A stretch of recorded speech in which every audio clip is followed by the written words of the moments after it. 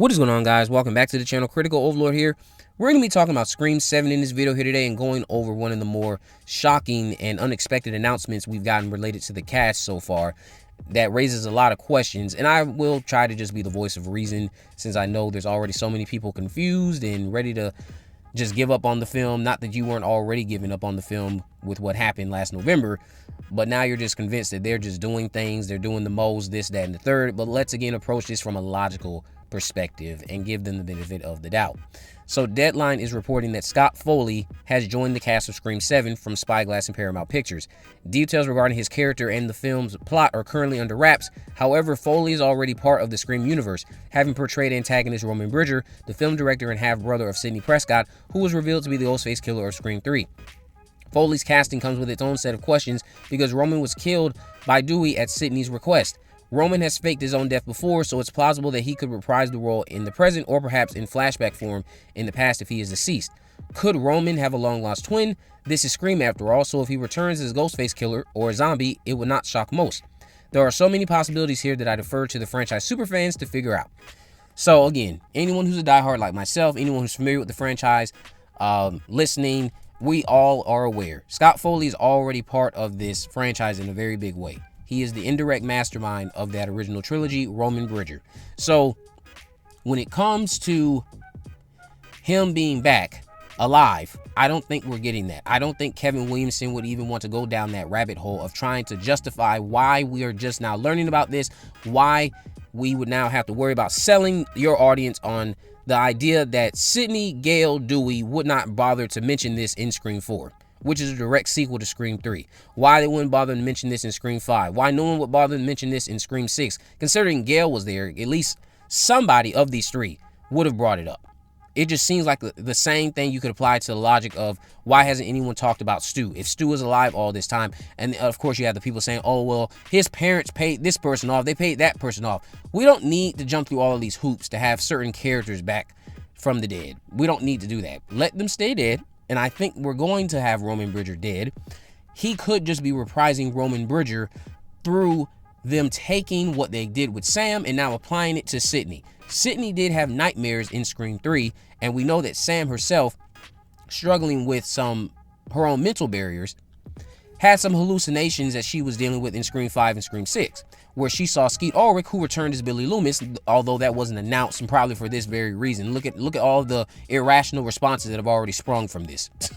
Imagine if they had announced Skeet Ulrich would be back for Scream 5. I mean, I myself even went out of my way to point that out, and people were like, oh, he's dead, he's not going to be in it, and sure enough, what happened? He showed up in it. Same thing could be happening here with Scott Foley.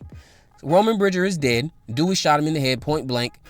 I don't think we're going to have to worry about him rising up, being some zombie, being revealed as alive, anything like that. I don't think that's what's happening. I think Sidney herself is just going to be having nightmare sequences or something where she's daydreaming maybe, or just a thought in her head where she's thinking about what life would be like if Roman Bridger had been the brother she always wanted. Maybe she's been haunted by the fact that she had to kill her brother for a long period of time. She hasn't really spoken about it too much in terms of what they've given us dialogue-wise with these last couple of films, but maybe she wrote about it in her book, Out of Darkness. And maybe there's going to be some sort of section in the movie where she's reminiscing on a life that could have been had she not have had to kill Roman Bridger. And that is where you can bring in Scott Foley. We'll start to see the things she's thinking manifest on screen. You won't have to de-age him or something like that. Or if you want to go the de-aging route, maybe she's having a nightmare about Ghostface. But something tells me that Scott Foley is going to be unrecognizable in this movie. I think there's a strong possibility that he could be playing the mental patient, who is supposed to be a male. They're supposed to be middle-aged, and if they look a certain way, if they make him scruffy or just make him completely unrecognizable, no one's going to bat an eye at it. Yeah, you might recognize his eyes, but that's one thing. If he looks nothing like Roman Bridger, I see nothing wrong with this casting. Some people are going to take issue with it because they're like, oh, well, they already had Scott Foley in Scream 3. He can't play a new character. He absolutely can. He 100% can. What you have to be careful of, though, is you have to make it so this new character is not in any shape, way, or form identical to Roman Bridger. Meaning there needs to be some complete transformation in his appearance. I don't need to look at whoever he's playing and say, hey, you know what? I don't buy that because that looks like Roman Bridger. I can't see Roman Bridger when I look at this character if he's going to be playing a newbie. And that newbie, to me, strong possibility is going to be that mental patient. I think he's going to be the mental patient. If this person does not take care of themselves, let's say they're unkempt, they have a long beard or something like that, where it just is completely unrecognizable, you won't even know that Scott Foley. That is how you get away with this. But just bringing him in as a newbie who's looking just like Roman Bridger, that's not going to fly. You know, certain creatives like Mike Flanagan, they get away with it because they're not in the same universe. They're just mini series where he uses the same cast, but I don't think you're going to be able to get away with something like that in a Scream film. Not at all. Roman Bridger, Scott Foley, synonymous with one another, obviously. So if you're bringing Scott Foley into the fold for Scream 7, he's either doing three things to me. He's going to be some sort of hallucination from Sidney, not even hallucination, I should say, some type of nightmare from Sidney, something where Sidney is probably reminiscing on a life she could have had with Roman had she not have had to kill him. And then the third one would be him playing a newbie who is unrecognizable, and they do everything in their power to make it known that while this is Scott Foley in the role, you don't recognize that that's Scott Foley. Therefore, it prevents you from saying, hey, he looks just like Roman Bridger, because you'd have a problem on your hands. But you guys let me know what you think about this down in the comment section below. And if you are someone who thinks they're bringing Roman Bridger back to life, why are you so convinced that this film is going to do the absolute worst thing possible like that? They haven't brought Stu back. Yes, you could argue maybe there's a strong possibility that Roman being alive is more believable than Stu. You can sell me on that, maybe. But why do you think they're going to do that? Why do you think that the film is going to do the utmost idiotic thing they can do? Why would they bring Roman back to life? Roman's dead.